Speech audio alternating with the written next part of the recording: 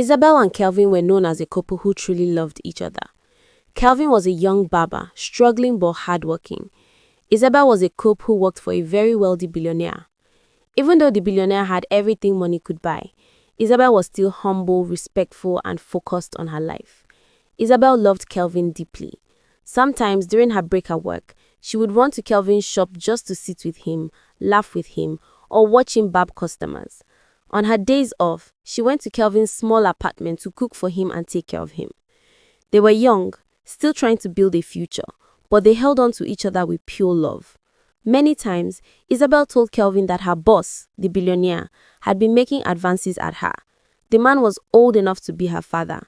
She would tell Kelvin, "Don't mind him, he's an old man, I don't have anything to do with him."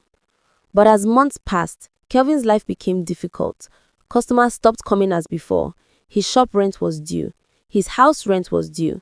He was confused, frustrated, and scared. When Isabel visited him, he opened up to her properly.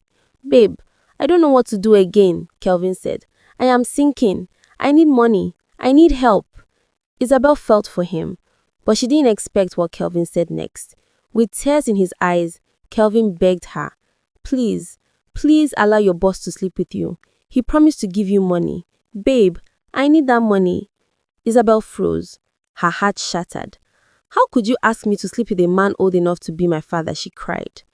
"So this is how much you value me?" She stormed out angry and heartbroken.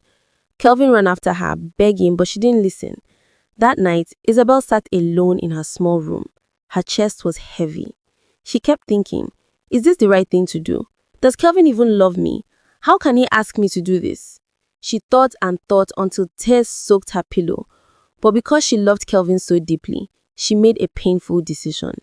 The next morning, she went to Kelvin's shop. She stood in front of him and said quietly, "I have agreed. I will do it. I'm doing this because I love you, Kelvin. If not, I would never let another man touch me, especially someone old enough to be my father." Kelvin broke down in gratitude. He even knelt down holding her hands. "Thank you, baby. Thank you. You don't know what you have done for me," he said repeatedly. They hugged tightly and kissed, both overwhelmed for different reasons. Later that day, Isabel returned home and told her boss she agreed to his request. The billionaire was pleased, but that same night, everything changed. His only son, Raymond, handsome, wealthy, and based abroad, returned home unexpectedly for Christmas. He arrived just as they were preparing for the terrible act. That evening, Isabel drank too much out of fear and shame. By the time the billionaire came to the room where she lay, she was completely drunk. Raymond walked in at that moment. He looked at the drunk girl on the bed and turned sharply to his father. "Dad, no," he said firmly. "Don't do this. She's old enough to be your daughter. This is wrong. Very wrong." His father paused. Raymond continued. "You are a billionaire. If you want a woman, go outside. Don't use your power on your own cook." The billionaire sighed. Shame filled his face. He walked out quietly. Raymond covered Isabel properly and left the room. Nobody touched her. The next morning, the billionaire gave Isabel the money he had promised, 3 million naira. Isabel didn't know he never touched her. In her mind, the deed was done. She went straight to Kelvin and handed him the money. Kelvin's eyes widened. He screamed with joy. "Thank you, baby. Thank you." He hugged her, excited beyond words. Isabel stood there quietly, her heart sinking, but she didn't say anything. And this is where everything changed, though they didn't know it yet. A few days later, Isabel decided to visit Kelvin at his shop. She wanted to check on him, to hear how he was doing, and maybe feel some peace after all the pain she had gone through for him. But when she reached his shop, the place was locked. No sign of Kelvin, no explanation. Confused, she went straight to his house. Nothing prepared her for what she saw.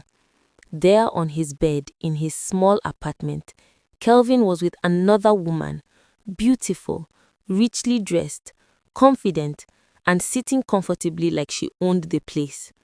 Isabel stood at the door, trembling. "Babe, who is this woman? What is she doing here? What is going on?" Kelvin didn't look shocked.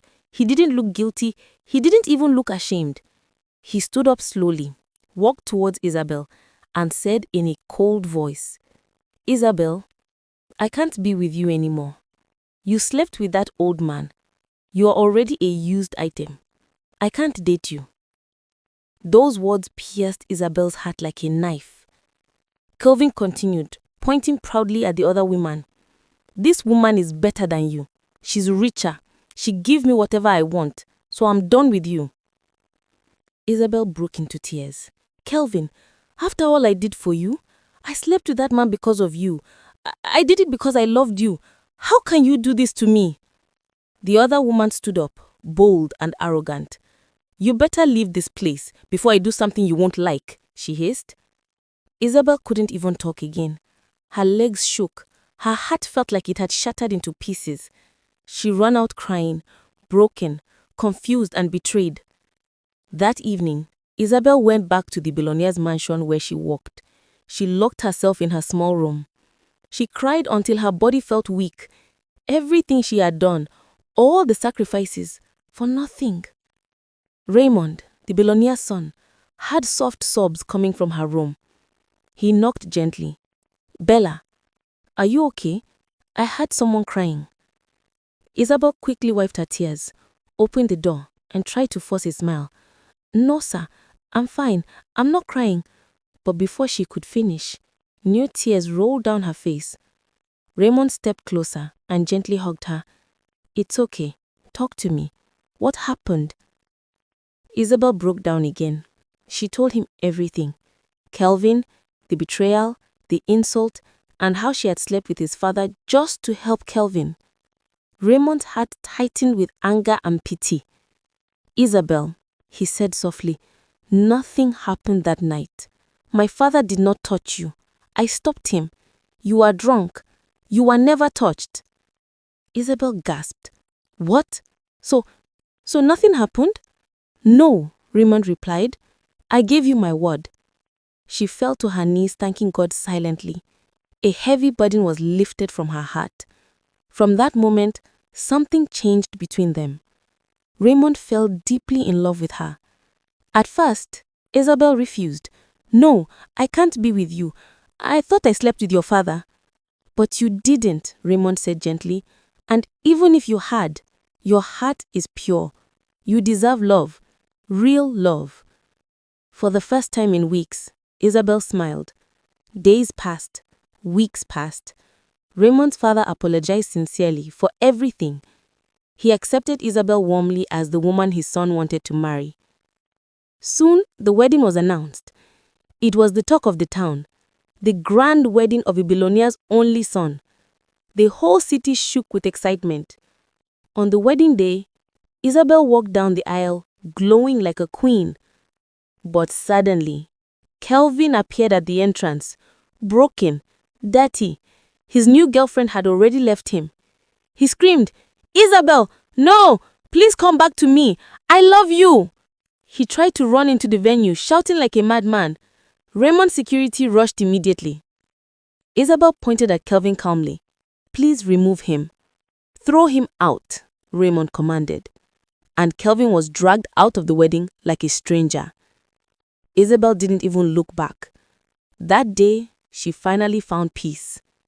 She married a man who loved her, valued her, respected her, and protected her. And she lived happily ever after. Never destroy yourself for someone who would not even protect your name. True love does not demand that you lose your dignity. Real love lifts you up. It never pushes you into shame. Sometimes the people we sacrifice everything for are the same people God is trying to remove from our lives. When one door closes painfully, it is because a better door is waiting. Every story carries a lesson. Don't miss the next one. Subscribe and join our storytelling family.